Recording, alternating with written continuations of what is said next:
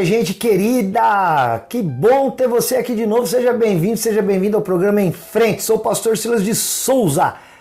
Eu sou bastante curioso, não sei você, gosto bastante de entender, conhecer coisas, principalmente na Bíblia. Sabe quando você está lendo um texto da Bíblia e fala assim, meu Deus, o que isso quer dizer? Por que isso está aqui?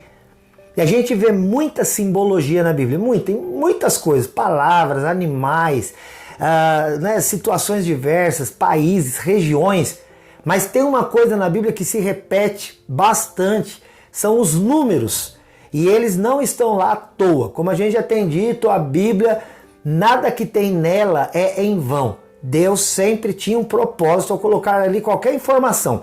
Aliás, já saiba disso, a Bíblia não é um livro de informação. A Bíblia é um livro de transformação. Se você quer informação, aí você recorre aos livros de geografia, de história, ciências, etc. Mas se você quer transformação, então você precisa conhecer a Bíblia, que é a palavra de Deus. E nós estamos aqui na busca de solucionar alguma dessas curiosidades bíblicas ligadas aos números. A gente já falou aqui do 1 ao 10. Agora nós vamos falar hoje do 11, 12 e vamos continuar. Queridos, antes que você pense que o número 11 é melhor que o 10, porque a gente pensa assim, o 10 é completude. Né? Você fez uma prova, pergunta quanto é que você tirou. Se você falar tirei 10, eu vou entender que você foi perfeito naquela prova. Mas você fala assim, 11. Então esquece agora esse exemplo da prova de escola, né? E vamos pensar em outra coisa. Lembra de uma coisa que eu vou te falar agora aqui, que é muito importante, né? Entenda isso aqui, ó. O número 12, que daqui a pouco nós vamos falar sobre ele, mas o número 12, que é muito importante na Bíblia. E qual é a sua importância? O número 12, ele fala a respeito da governabilidade de Deus. O número 12 fala do governo de Deus na terra.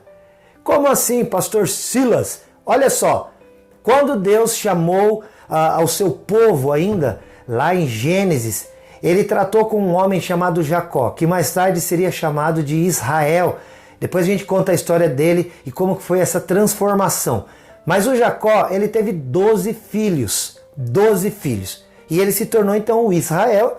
E Deus falou, a partir dos seus 12 filhos, que ficaram conhecidos como as 12 tribos de Israel, Deus iria estabelecer na terra o seu governo através do povo de Israel. E que seria simbolizado pelo número 12. Cada um dos filhos de Israel, de Jacó, ele governaria um espaço daquela terra chamada hoje de Israel. Além disso, queridos, esse número 12, quando a igreja de Cristo se inicia, o Senhor Jesus inicia a igreja com 12 homens, os 12 apóstolos. Então, imagina só, se 12 é o número que indica o governo de Deus, se esse número de alguma maneira ele é quebrado, então ele vai demonstrar que houve ali uma desintegração, uma imperfeição, uma desordem. O número 11 aparece na Bíblia 21 vezes. E olha, eu vou te falar de algumas vezes em que esse número aparece, né, com essa característica de desordem naquilo que era o governo pré-estabelecido de Deus. Houve uma situação em Juízes, lá na Bíblia, em Juízes capítulo 21, há uma situação bastante trágica. Um homem, ele tem a sua concubina, né, a sua mulher, violada e morta pelos homens da tribo de Benjamim. E isso causa uma fúria nas outras 11 tribos que resolvem exterminar a tribo de Benjamim. Então eram 12 tribos. Se a tribo de Benjamim fosse eliminada, ficaria 11 tribos. Eles teriam apenas 11. Isso não era bom, isso não era agradável a Deus, porque isso desintegraria, isso traria imperfeição àquilo que Deus originalmente tinha pensado para o governo do seu povo, que eram as 12 tribos de Israel. E claro que Deus dá um jeito e ele restaura esta ordem e voltam ali a ter as 12 tribos. Você lembra quando Judas Iscariotes traiu a Jesus? Ele se enforcou, ele se suicidou. Eles tinham 12 apóstolos. Os 12 apóstolos indicavam o governo da igreja de Cristo.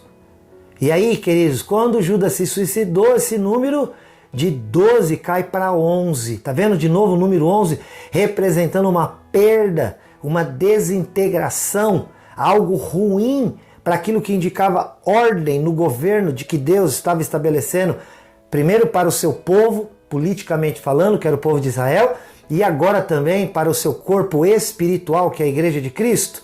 Mais uma vez, Deus dá graça.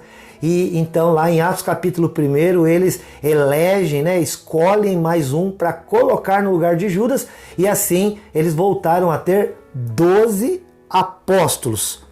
Quando José lá do Egito, ele sonha, no seu sonho 11 estrelas se inclinavam perante ele. E também 11 feixes de trigo se inclinavam sobre ele, sobre os seus pés. Isso representava uma quebra, porque eram 12 tribos. E se um sobressaía aos outros, isso indicava humilhação neste governo. E realmente isso aconteceu. No tabernáculo, que era aquele lugar onde os homens adoravam a Deus, ainda no deserto, haviam 11 cortinas de pelo de cabras para fazer a cobertura daquele tabernáculo. Por quê? Isso indicava, queridos, que eles ainda iriam alcançar algo melhor, mais ordeiro e perfeito. Mais tarde, Salomão iria construir um grande templo. E daqui a pouco nós vamos ver o que tinha lá neste templo. Quando Jacó foi atravessar o Val de Jaboque, que foi exatamente neste ponto que Jacó deixa de ser Jacó, ou ele também começa a ser conhecido como Israel, porque não mudou necessariamente o nome de Jacó, mas ele passa a ser também conhecido como Israel. É aquele momento assim da Bíblia mais fascinante que tem, onde um homem luta com Deus, mas assim, literalmente, no soco.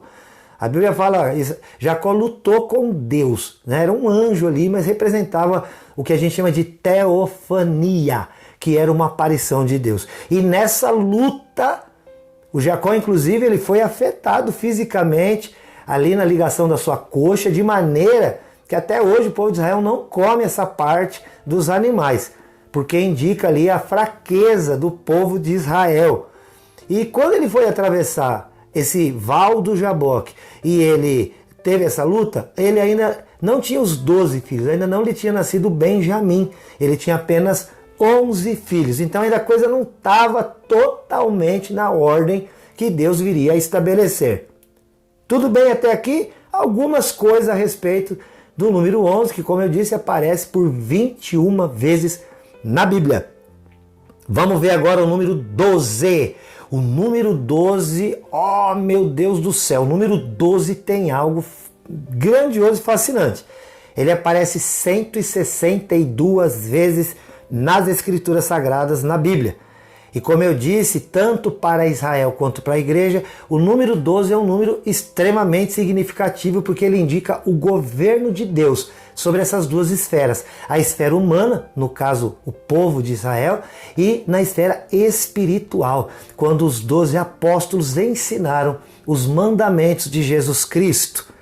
Bom, o 12 ele continua sendo importante para nós em algumas coisas. Por exemplo, a gente tem 12 meses no ano. Por exemplo, a gente tem 12 horas no dia, 12 horas na noite. Então o número 12 ainda para nós, ele é importante.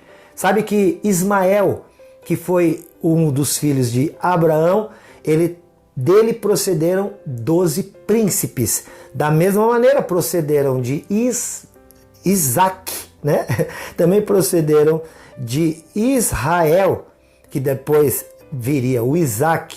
A partir do Abraão veio o Isaac, de Isaac veio o Jacó, e de Jacó, que era o Israel, vieram as 12 tribos, que se tornaram também 12 príncipes. 12 era o número das pedras preciosas que um sacerdote deveria carregar na parte frontal da sua roupa. Quando o povo estava andando no deserto, eles estavam com muita sede, eles encontraram um lugar chamado Elim. Naquele lugar eles puderam se dessedentar, tomar água, e lá havia 12 mananciais, 12 fontes de água. Sobre a mesa dentro do tabernáculo, onde eles ofereciam ali os seus sacrifícios, havia 12 pães de flor de farinha que estava acima desta mesa. É do Jacó, como eu já tenho dito, que surgiram os 12 patriarcas, os pais, né, do povo de Israel. Esses 12 príncipes de Israel, eles ofertaram lá ainda no Antigo Testamento 12 pratos de prata, 12 bacias também de prata e 12 recipientes de ouro. O número 12 tinha um significado importante.